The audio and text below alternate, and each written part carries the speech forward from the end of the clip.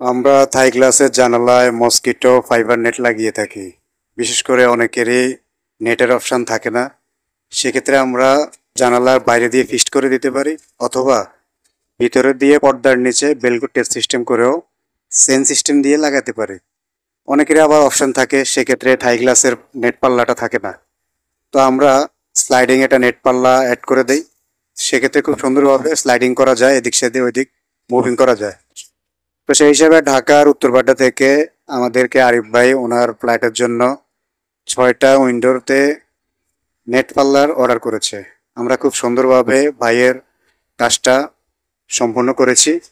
আমরা এখানে fibre net ব্যবহার করেছি বিকাশ কোম্পানির, এবং আমরা স্টিল অ্যাঙ্গেল ব্যবহার করছি জয়েন্টে।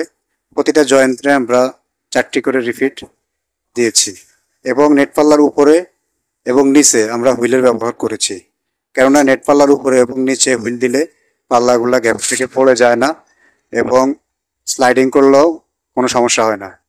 এজন্য স্লাইডিং পাল্লার নেটের উপরে এবং নিচে অবশ্যই হুইল দিতে হবে। হুইল দিলে পাল্লাগুলা খুব ইজিলি চলে, ব্যালেন্সে চলে, এবং গ্যাপের থেকে পড়ে যায় না।